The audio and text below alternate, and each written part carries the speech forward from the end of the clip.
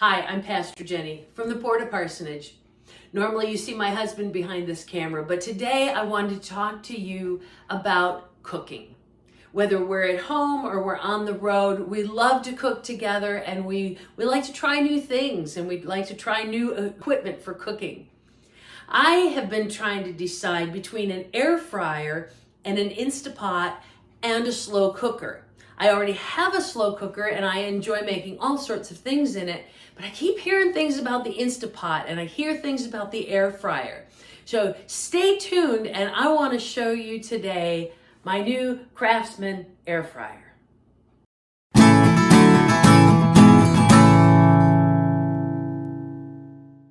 Welcome back. And if you have not subscribed, I hope you will subscribe and give me a thumbs up. I need to have those thumbs up so that I can get some more thumbs up than my husband Dave has gotten. So give me that thumbs up. I appreciate it.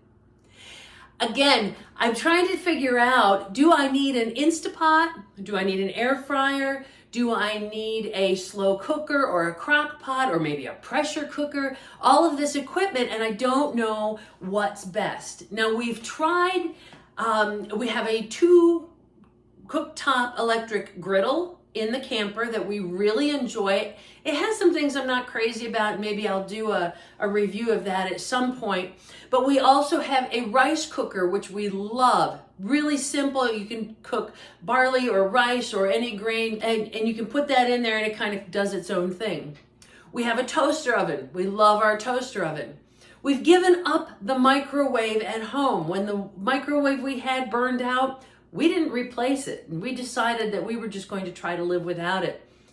In the camper, we have a microwave convection oven, and I'll be honest, I still haven't figured out how to use it. Today, I want to take a look at my Craftsman air fryer.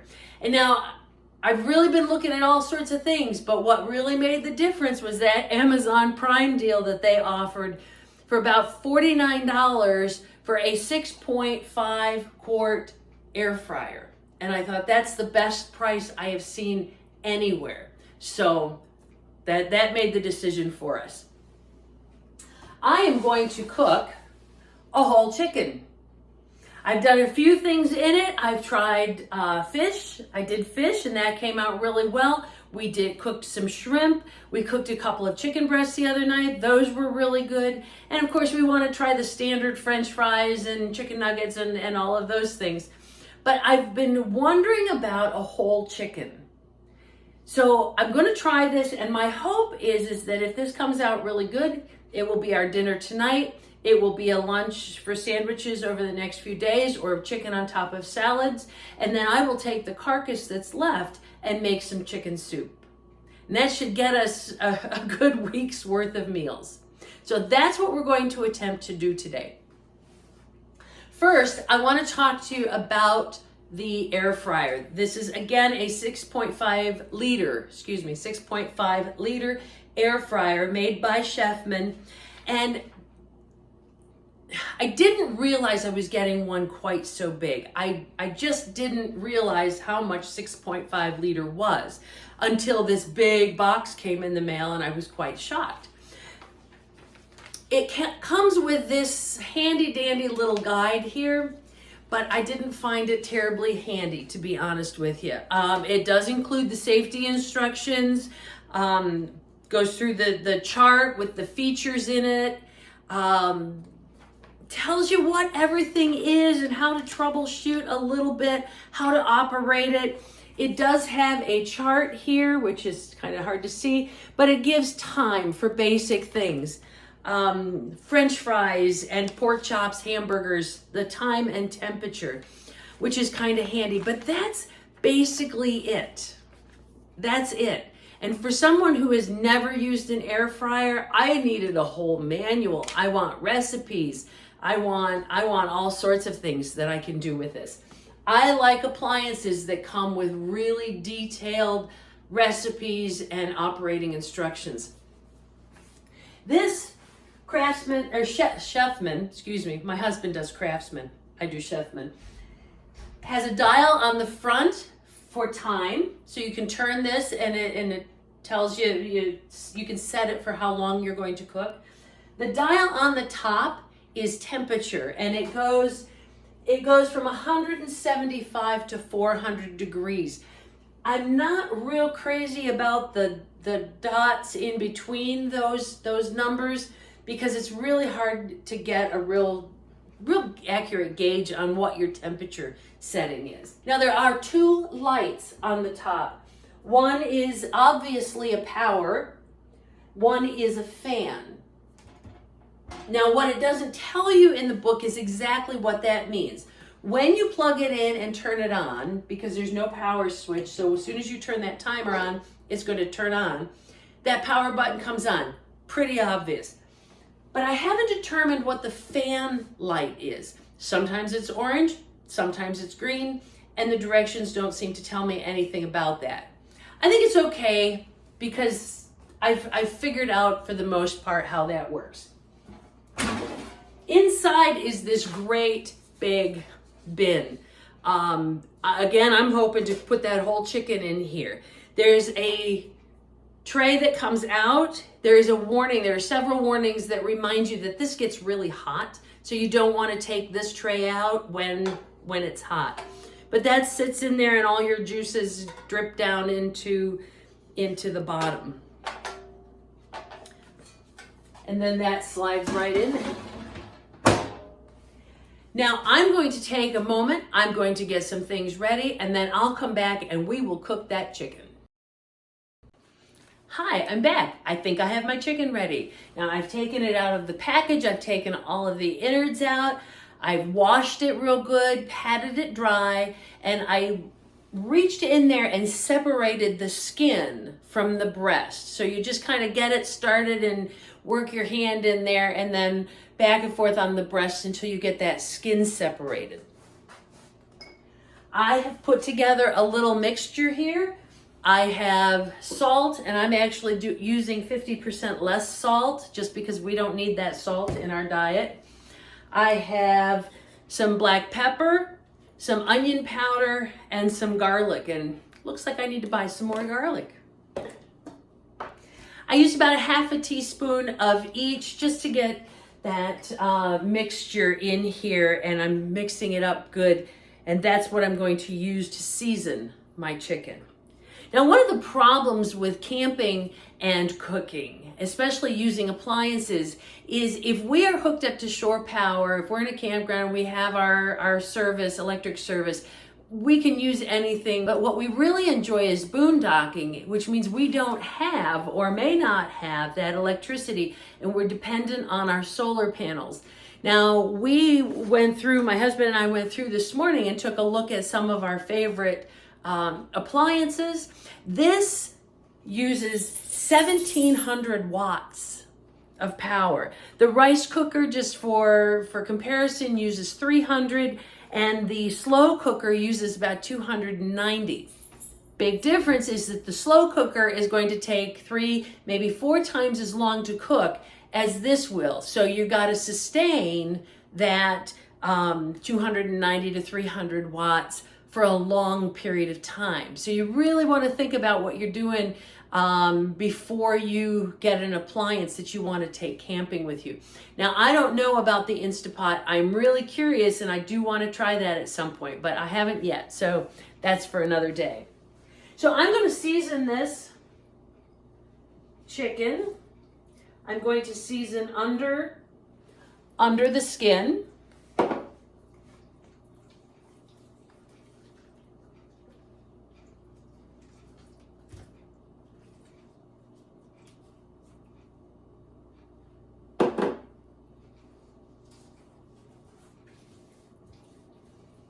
And I'm just going to rub that in real good.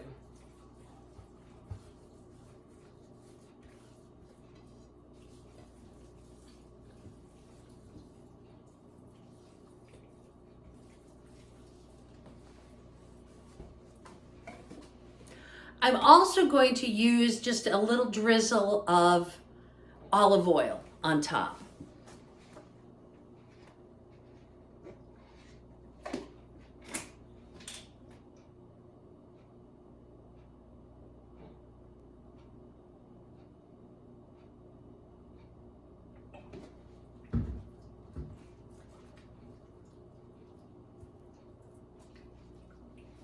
and rub that in real good.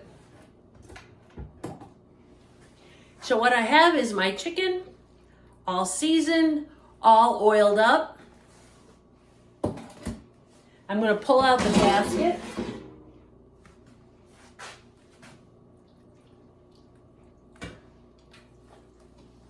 And that chicken fits beautifully inside that basket. Now, I've read several recipes online since I had never done this, and they all recommend cooking the bird upside down first. And there's our chicken in the pot.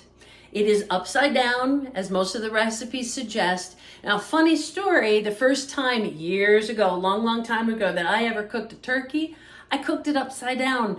I didn't know which end was up. And so I accidentally cooked it upside down, but it doesn't form that crispy skin when you cook a turkey in the oven upside down, but it does make the breast meat really juicy. So just a side tip. So we're going to take this and we're going to put this in the air fryer. The drawer just locks nicely. We have to plug it in. I'm going to set my temperature on top for 350 degrees, and I'm going to turn my timer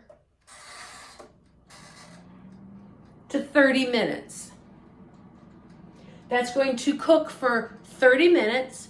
Then we're going to turn the bird over. We're going to put it back in, cook it for another 30 minutes after that. But I'm going to let this run for 30 minutes, and I'll see you when I come back.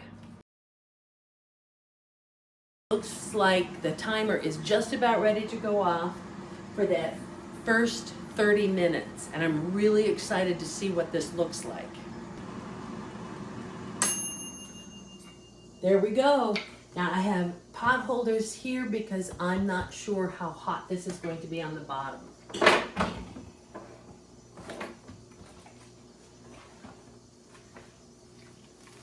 But look at that. Now, you can't smell that, but I can, and it looks wonderful.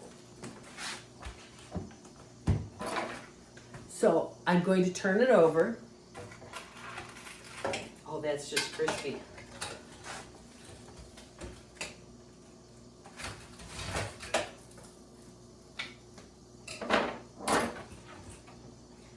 And we're going to put it in to finish cooking.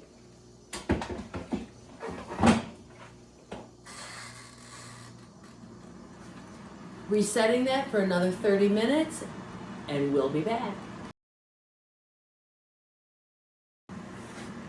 Okay, I'm back, and we are just about done. It smells amazing in here. I love the rotisserie chickens. You go into a grocery store and you get that rotisserie chicken in the deli department. I'm really hoping that's what this is going to be like. My hope is to give us a week's worth of food. I'm going to boil the carcass after it's all picked, and we'll make some chicken soup. We'll have sandwiches, and of course we'll have dinner tonight. I wanted to say I got this on an Amazon Prime deal. Interesting, that's warm, but it's not hot to the touch. I got it on an Amazon Prime special, and I got this for $49. That's really what made the decision for me, because otherwise I was just not going to spend that kind of money. Right now you can get it on Amazon for $75. If this works out, I'm pretty sold so far that I really like this, and I just might consider $75 for this. Healthy cooking is tough, and I'm hoping this will improve our healthy cooking. And whether we're at home or we're on the road, we want to start cooking better. We want to eat better, especially on the road. You get caught up in hot dogs and hamburgers on the grill, buying a bag of chips, having French fries or whatever, and road eating, camping eating is not always the best for us. So we're trying to improve that, especially when we go full-time RVing, because that's not camping anymore, that's life. And you can't sustain that unhealthy eating. when you're on the road full time. So again, we're going to try to do more of this, and I'm about ready to see how this is coming. Okay, just a minute left. I'm going to go ahead and turn the dial to off. It's just a moment left.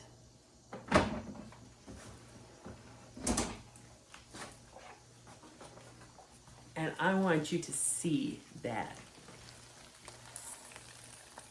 Listen to that. That sounds really delicious. Now I am finding that as I take that out and I hold it up, it is dripping a bit out of the vents on the side. There are vents down here. You can see all the way around that there are vents. And if you tip that, all of that juice that's been in there is going to run out. So I do caution you there. Also, that inside is super, super hot, so don't touch it. Now, I get a little nervous about chicken, so I'm actually going to test it. I have this great little meat thermometer. We've had this for ages. I'm going to stick it right in the breast meat. Okay, and that's 170 degrees, and things I read say between 160 and 180 degrees. Exactly 170 degrees. Now this tells me that I'm to let this sit for 10 minutes. You always want that meat to sit and rest for a bit. So I'm going to let it sit for a few minutes, and then we're going to cut into it and see what it looks like. Okay, well, we're back, and I brought the expert in. So I'll introduce my husband, Dave, from the PortaParsonage. This is Pastor Dave, and he is going to cut a piece off of this chicken. He does the carvings. Just give us a piece so we can taste. Okay. Let's. That skin is so crispy.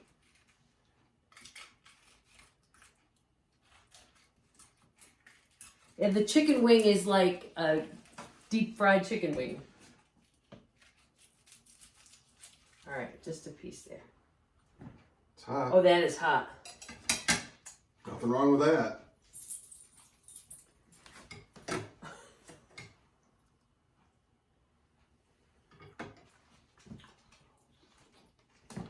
Oh my. Oh my. That's good.